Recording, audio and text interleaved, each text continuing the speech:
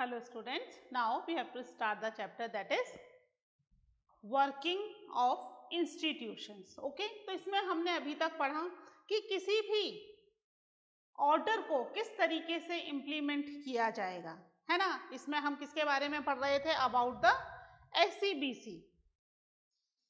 है ना। क्या है SCBC?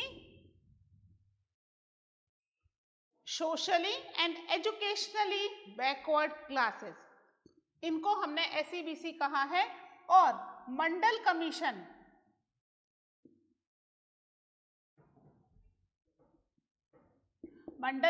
ने क्या किया है? इसके लिए क्या रिकमेंड किया है? 27% रिजर्वेशन। किसमें? इन गवर्नमेंट जॉब्स, है ना। उसमें 27% रिजर्वेशन का इन्होंने रिकमेंडेशन दी है कि भाई ये कर लिया जाए। एंड 1990 में VP सिंह की सरकार आई एंड उन्होंने इसको इम्प्लीमेंट कर दिया। ठीक है, यहां तक हमने अपने लास्ट लेक्चर में पढ़ा था कि किस तरीके से इम्प्लीमेंट किया गया। बाकायदा एक ऑफिस मेमोरेंडम बनाया गया, पहले उसको पार्लियामेंट में पास किया, फिर ऑफिस मेमोरेंडम बनाया, इट वाज इम्प्लीमेंटेड। अगले कुछ महीनों तक this was one of the hot issue in the country. Why it was a hot issue in the country? क्योंकि 27% jobs, it's a big number, है ना। 27% जॉब्स जो हैं वो अब सीधे सीधे socially and educationally backward class को जा रही हैं। अलग अलग लोगों की अब अलग अलग इसके ऊपर उनके ओपिनियंस आने शुरू हो गए। नाउ फ्यू पीपल वांट कि इसकी वजह से तो मोस्ट एलिजिबल पीपल जो हैं वो पीछे रह जाएंगे, और कम eligible because of the reservation, जो कम एलिजिबल हैं वो आगे आ जाएंगे। वहीं दूसरी तरफ कुछ लोगों का ये मानना था कि इस रिजर्वेशन की जरूरत है। क्यों जरूरत है? क्योंकि कुछ लोगों को आगे आने का मौका मिल ही नहीं पा रहा था, because they were socially and educationally backward. तो उन्हें मौका ही नहीं मिल पा रहा था कि वो अपनी कंट्री की जो मेन स्ट्रीम है उसमें अपनी जगह बना पाए। तो इस रिजर्वेशन के through they will get a chance to become in the main stream of the country. तो कुछ इसके फेवर में थे और कुछ इसके अगेंस्ट में थे। दो तरह के अलग अलग ग्रुप बन गए और डिस्कशन डिबेट तो शुरू हो ही गया कंट्री में। बट फ्यू पीपल, जो those who were not satisfied with this law, कि भाई ये लॉ बनना ही नहीं चाहिए था, ये तो बहुत ही गलत हुआ, कुछ लोगों ने इसके अगेंस्ट सुप्रीम कोर्ट में केस कर दिया, है ना। अपनी रिट डाल दी, अपनी पिल डाल दी कि भाई ये जो है पास हुआ है जो 27% रिजर्वेशन फॉर द SCBC, ये नहीं होना चाहिए था, इट्स रॉन्ग, इसे कैंसिल करवाया जाए, है ना। गवर्नमेंट अपना डिसीजन वापस ले, इसे कैंसिल करवाया जाए। तो इस तरीके से सुप्रीम कोर्ट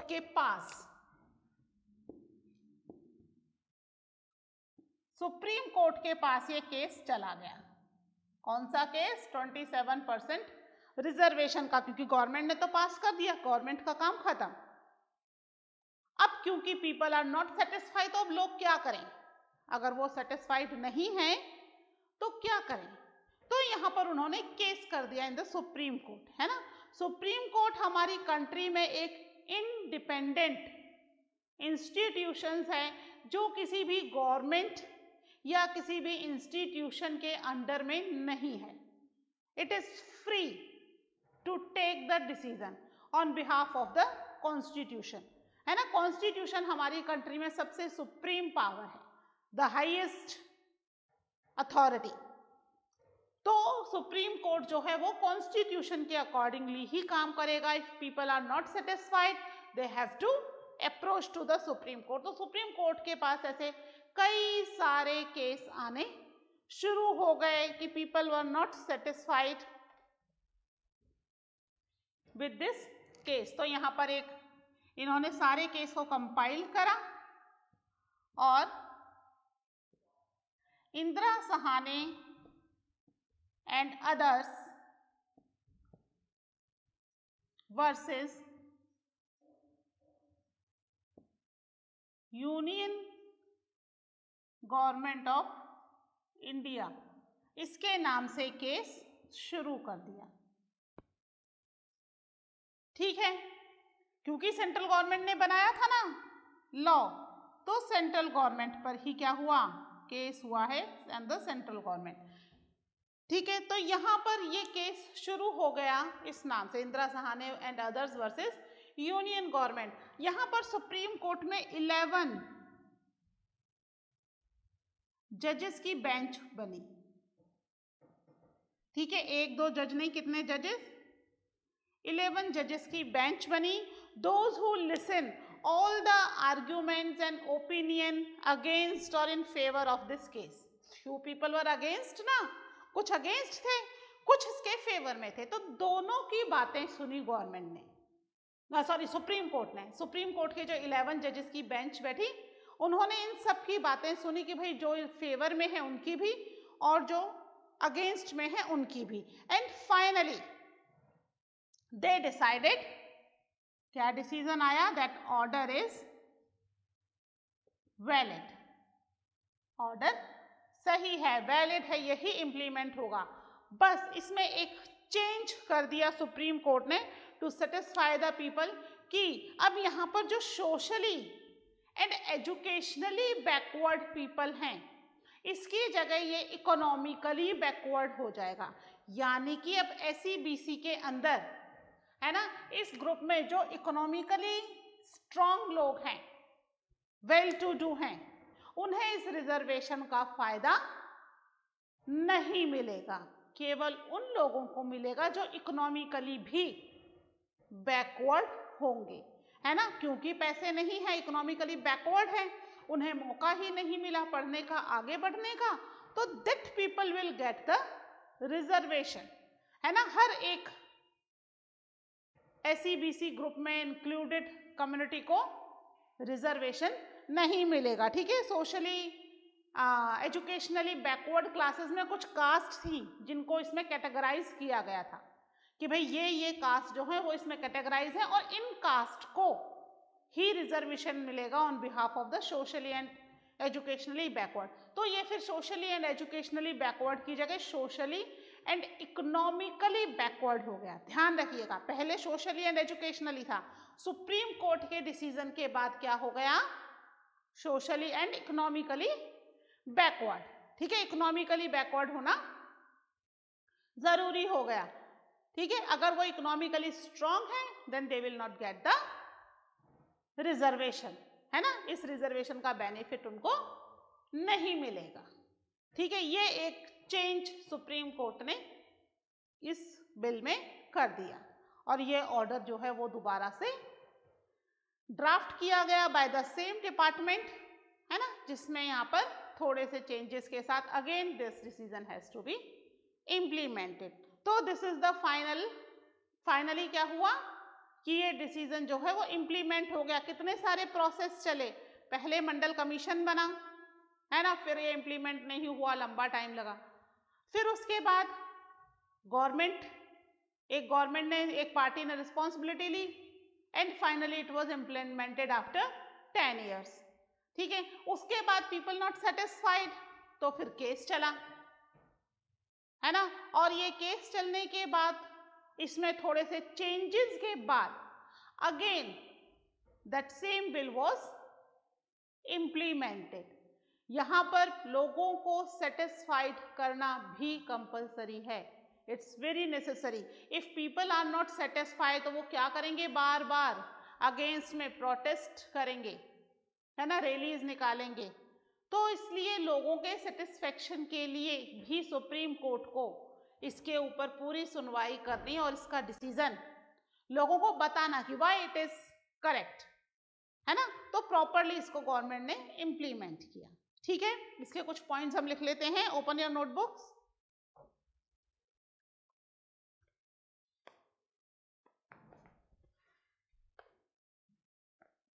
लिखिए, इसी में ही कंटिन्यू कर लीजिए जो नेक्स्ट लेक्चर में लिखा था ना हमने, भाई it was passed on the August 13, 19 1990। ठीक है, नेक्स्ट लिखिए, for the next few month people reacted strongly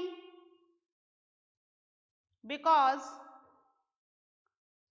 this decision affected thousands of job opportunities.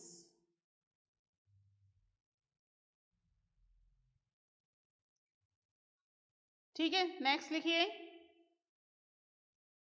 some felt that existence of inequality among people of different caste in India necessitated job reservation. ठीक है, कुछ लोगों के हिसाब से it was necessary job reservation, तभी क्या होगा, इनइक्वालिटी हट पाएगी इंडिया में। ठीक है, ऑन अदर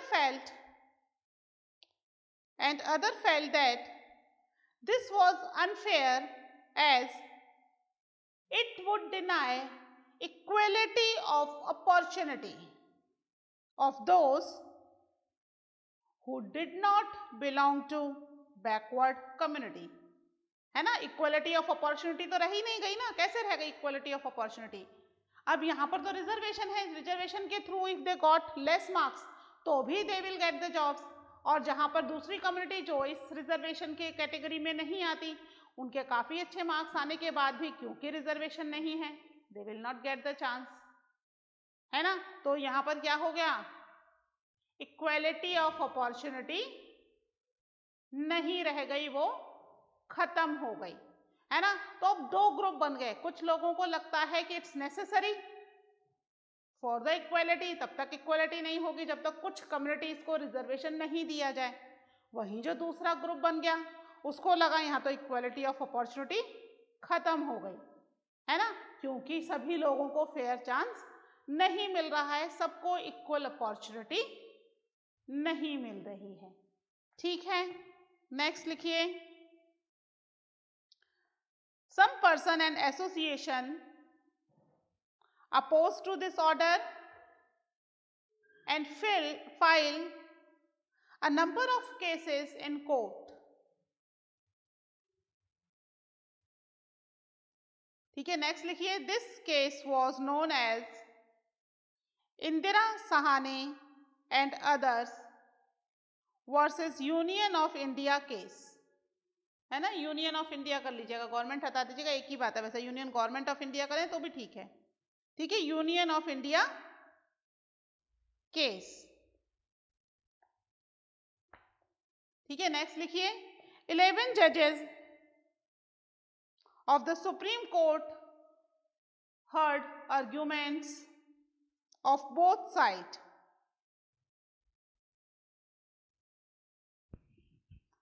ठीक है, नेक्स्ट पॉइंट लिखिए, by a majority the supreme court जजेस in 1992 declared that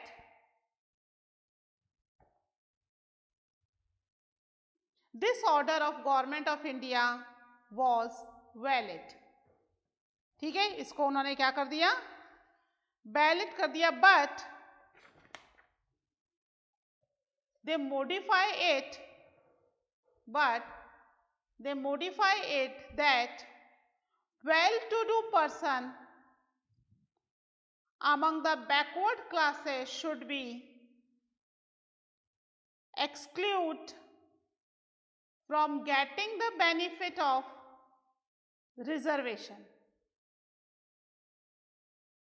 ठीक है, रिजर्वेशन का बेनिफिट किसको नहीं मिलेगा, those who are well to do person of the these backward classes, जो इस लिस्ट में कैटेगराइज हैं, उन बैकवर्ड क्लासेस में जो वेल टू डू पर्सन है, दे will not get the chance of reservation.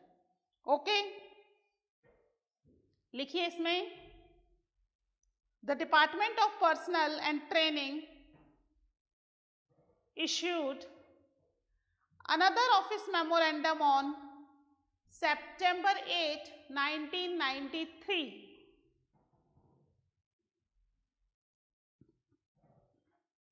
ठीक है, तो एक और ऑफिस मेमोरेंडम इस डिपार्टमेंट को पास करना पड़ा इन 1993, यानी कि ये कब से शुरू हुआ, SEBC का काम शुरू हुआ from the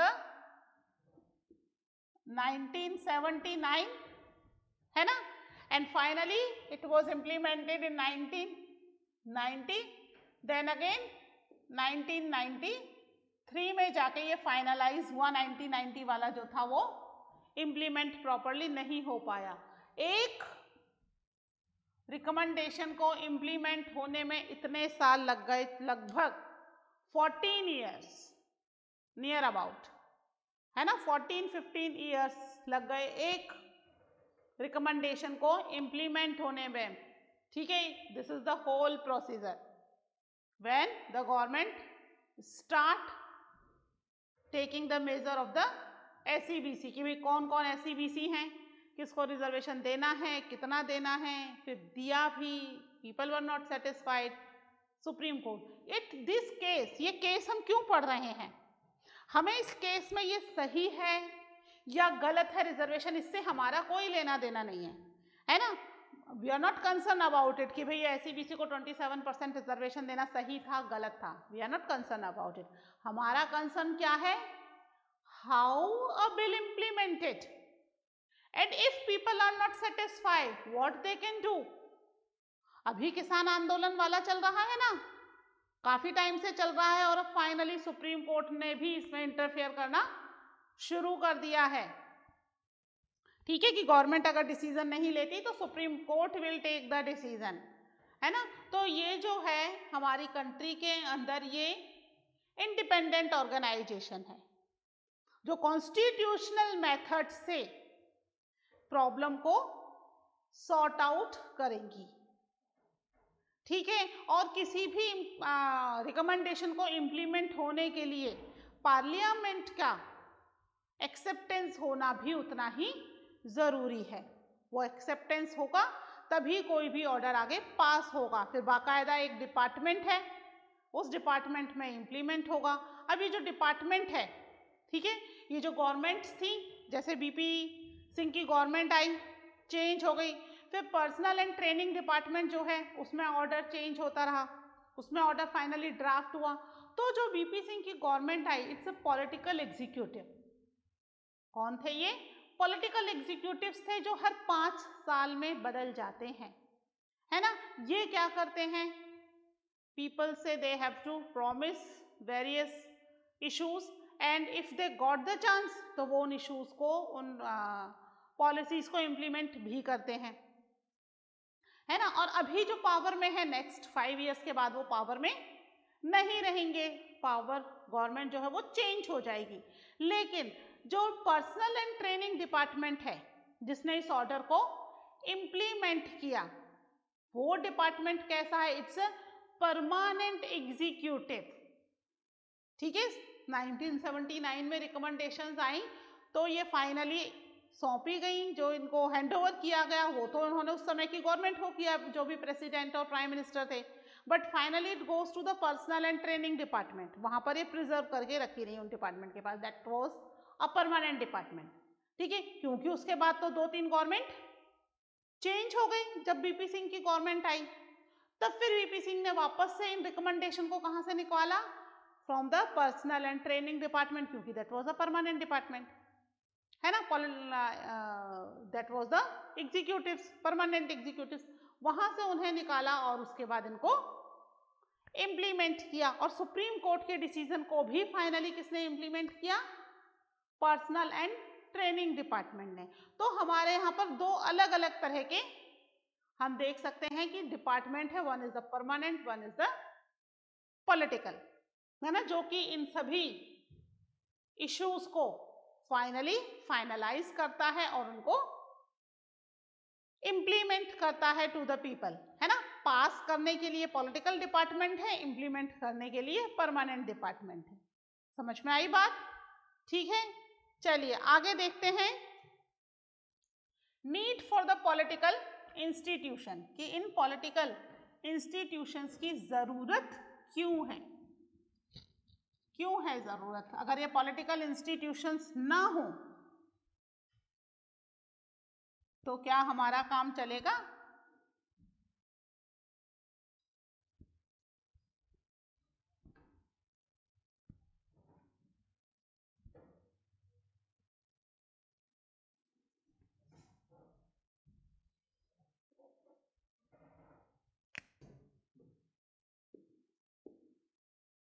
need for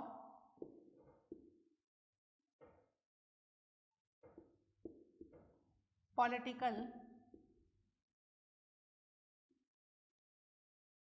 institutions. ठीक है, पॉलिटिकल इंस्टीट्यूशंस की जरूरत क्यों है? ठीक है, अगर पॉलिटिकल इंस्टीट्यूशंस नहीं होते तो एसईबीसी का जो रिजर्वेशन वाला रिकमेंडेशन है उसको कौन इम्प्लीमेंट करता, है ना? या फिर अगर पीपल डिससेटिस्फाइड हैं तो वो कहाँ जाते?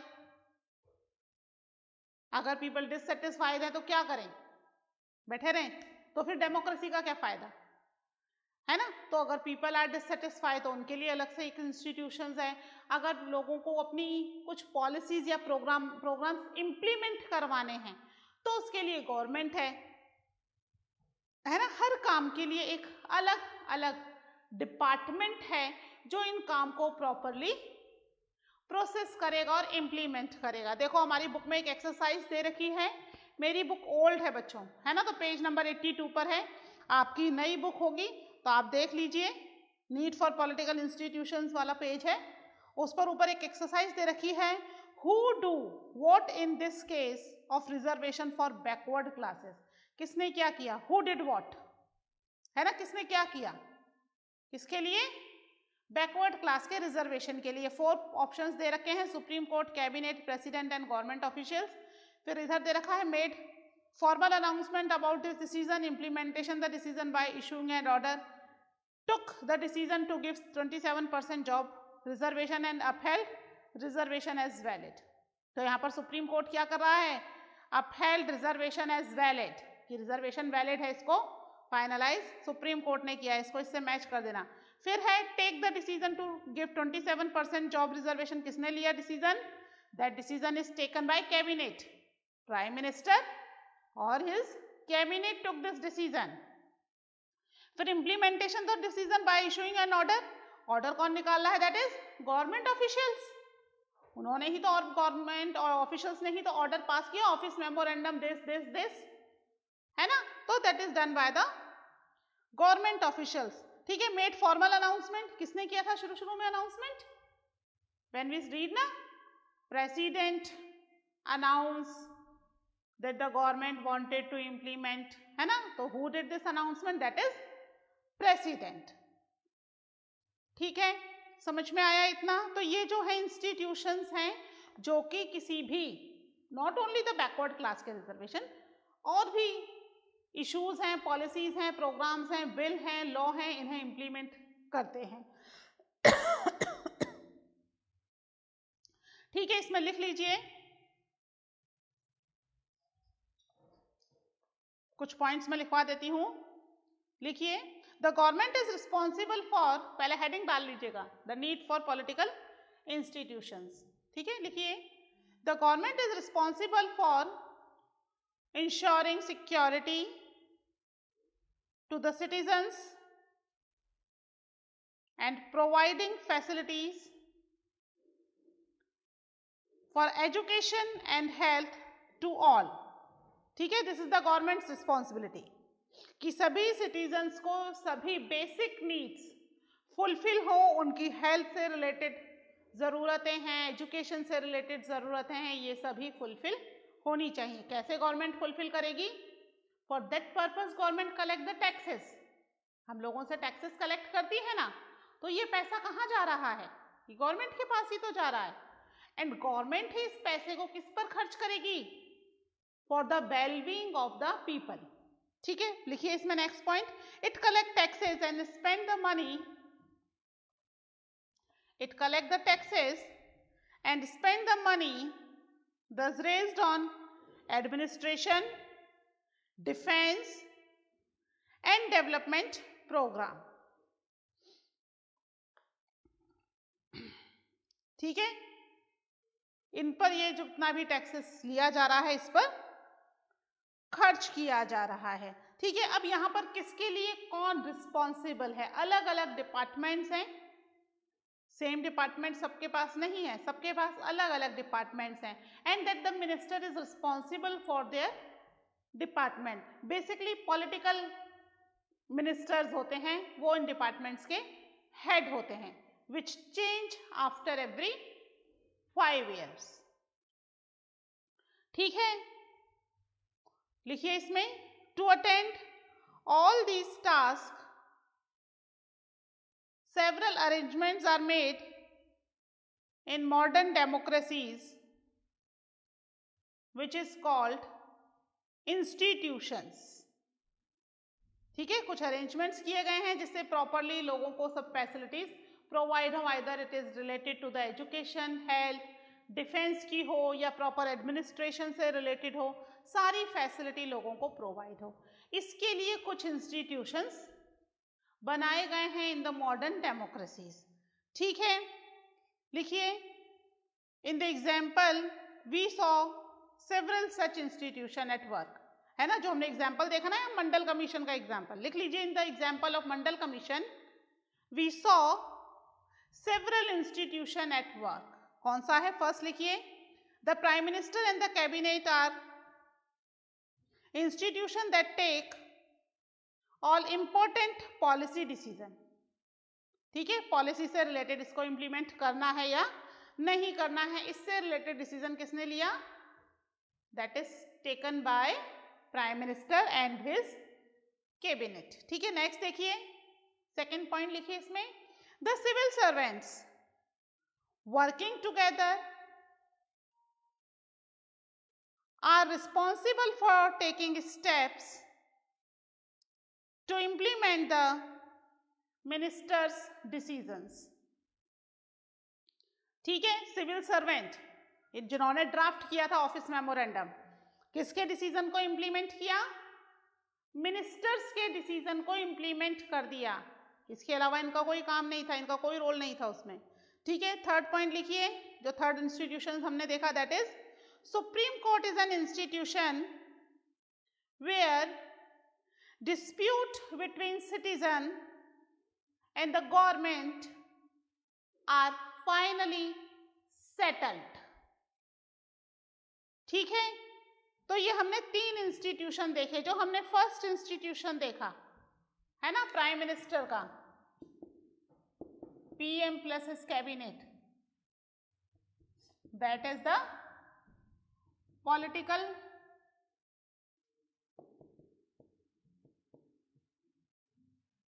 एग्जीक्यूटिव। फिर हमने देखे सिविल सर्वेंट,